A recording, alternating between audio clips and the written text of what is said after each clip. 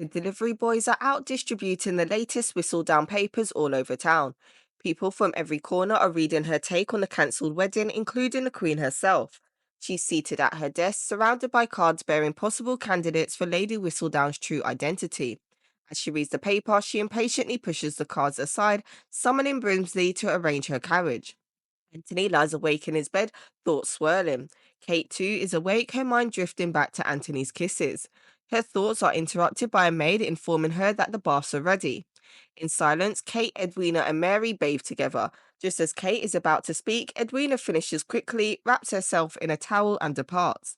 Mary recommends Kate try the lily soap for nerves, and Kate sinks deeper into her bath. When Violet inquires about Anthony's whereabouts, Colin teases that he's likely still waiting at the altar for Edwina. Violet insists on no mockery today, though Gregory quips about Hyacinth mocking him daily. Eloise suggests there might be some benefit to the wedding's cancellation, but before she can elaborate, Anthony arrives. Violet urges them to act swiftly to salvage the family's reputation. Eloise is shocked by the scandal over a woman changing her mind, but Violet stresses that they must manage the fallout and proposes a united family promenade to demonstrate solidarity. Despite objections from all her children, Violet insists they leave within the hour. Eloise mentions needing to shop for new gloves, delaying her departure. As Eloise heads out, she instructs her maid to leave behind the heavy cloak, only to be stopped by the Queen's carriage pulling up outside their home. Lady Danbury reminds Mary, Kate, and Edwina to maintain that Anthony and Edwina's split was mutual if asked.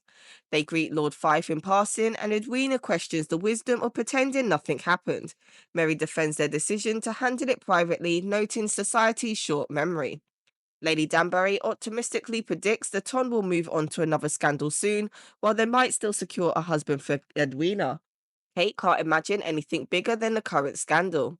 As the Bridgertons promenade, other families avoid or ignore them, and Anthony tries to approach Cordelia Patridge, only to see her whisked away by Lady Patridge, citing an engagement with the Gorins. Anthony catches sight of the Sharmas in the distance and locks eyes with Kate, who shakes her head. Portia, Prudence, Jack, and Penelope join their family, with Portia expressing astonishment at seeing the Bridgertons out so soon after the scandal. She recalls doubting their recovery from Marina and Colin's broken engagement, but wishes Violet good fortune. Penelope lingers to offer her condolences. Eloise nervously joins the Queen in her carriage, and the Queen questions Eloise's visit to the printer's shop on what should have been Anthony's wedding day and asserts Eloise is Lady Whistledown. Eloise denies it, prompting the Queen to warn that denial will worsen her punishment. She reminds Eloise of their previous arrangement to uncover Lady Whistledown's identity and points out Eloise's past mentions in the pamphlet, likening her disdain for society to Lady Whistledown. Eloise insists she lacks such power and isn't Lady Whistledown, prompting the Queen to perceive her as a rival instead. She issues Eloise an ultimatum: confess within 3 days or face ruin greater than the cancelled wedding. The Queen vows to eliminate the threat to her family once and for all. Violet's attempts at socializing are rebuffed at every turn, leaving Lady Danbury frustrated. Mary urges them not to retreat, and Lady Danbury stresses the need to change the Ton's perception before it solidifies. Mary suggests a new narrative to explain the breakup, but Lady Danbury dismisses the idea of altering their previous statements. Violet suggests downplaying the incident's significance, proposing a ball to show that it was a mutual decision without ill will. Anthony and Kate oppose the idea, but Mary argues it could provide Edwina another chance to find a suitor. Anthony fears it will only invite more scrutiny, especially from those who know his true feelings. Edwina finally agrees to the ball, reasoning it could work since Anthony and Kate have concealed their emotions so well. Violet and Lady Danbury exchange skeptical glances, while Newton, Kate's dog, interrupts with playful antics. Anthony and Kate reluctantly agree to Violet's terms before he exits, followed by Violet. Violet halts Anthony on the staircase to question his commitment to the plan. He assures her that he will play his part, but challenges her on what comes after. He views their plan as a temporary fix and acknowledges his failure with Edwina. He contemplates relying on his brothers to carry on the family line, which Violet finds unsettling. Anthony reflects on his mistake in proposing to Edwina, but insists the plan will succeed with Violet and Lady Danbury's support. Eloise tosses the Whistledown pamphlets onto her bed and collapses on top of them. Penelope enters, shocked to find Eloise has saved every issue and even has duplicates. Eloise reveals the Queen suspects her of being Lady Whistledown. giving her 3 days to confess before facing severe consequences for her family. Eloise seeks to destroy the pamphlets as incriminating evidence, while Penelope insists they can find a way to convince the Queen otherwise. Eloise admits a footman saw her visiting Theo, reinforcing the Queen's suspicion. She regrets not heeding Penelope's warnings and expresses a desire to warn Theo but is dissuaded from putting him at risk. Penelope proposes waiting for the next issue to prove Eloise's innocence. Penelope visits Genevieve, revealing the Queen's involvement and her long-standing unease with Lady Whistledown. Genevieve, nervous about the implications, acknowledges their mutually beneficial arrangement and the risk involved. Penelope's anxiety escalates as she contemplates Eloise's predicament and the potential consequences. Genevieve suggests Penelope could clear Eloise's name by writing something about her that Lady Whistledown would never write, proving her innocence. Penelope refuses, unwilling to betray her friend. Anthony arrives unexpectedly at the art academy, surprising Benedict. Anthony is intrigued by the unfamiliar setting and declines Benedict's offer of a drink, instead seeking a quieter place. Benedict attempts to engage Anthony in conversation but is rebuffed for his intoxication. Anthony challenges Benedict to fulfill his duty to the family, hinting at the tension between him and Kate. Benedict advises Anthony to stop punishing himself and consider a change in perspective, drawing a parallel with Benedict's approach to art. Anthony questions Benedict's substance use before leaving abruptly.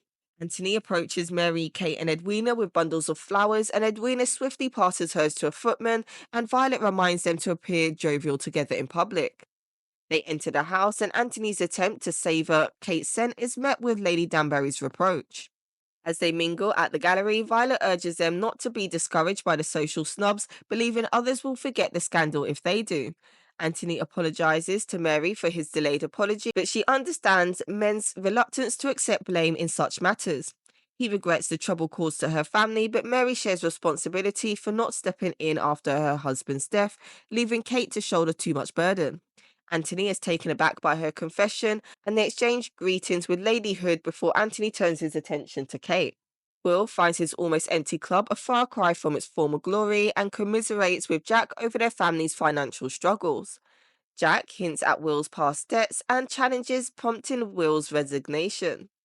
Theo, startled by a visitor, informs them that the master printer has left for the day. It's Eloise who admits her presence triggered the Queen's suspicions. Theo is dismayed by her reckless return and advises her to stay away to protect them both. Eloise shares her determination to set things right and suggests they align their stories. Theo is skeptical about her sheltered life, and family's protection prompts Eloise to leave abruptly. Kate contemplates a sculpture when Edwina informs her of the Ton's evolving perception of the cancelled wedding. Edwina accuses Kate of teaching her to be a skilled liar, and Kate seeks forgiveness for her role in Edwina's pain. Edwina recalls their childhood stories of love and happy endings, questioning if Kate ever believed in such ideals. Kate reflects on their father and Edwina's mother's relationship, which ended tragically, shaping her belief that real-life happy endings are elusive. Anthony seeks a private moment with Kate by a sculpture, confronting her denial of their kiss.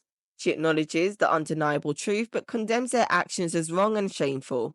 Penelope struggles to write her next issue, her mind consumed by guilt and uncertainty. Colin discusses investment opportunities with Jack, intrigued by potential gains despite the Featheringtons' financial woes.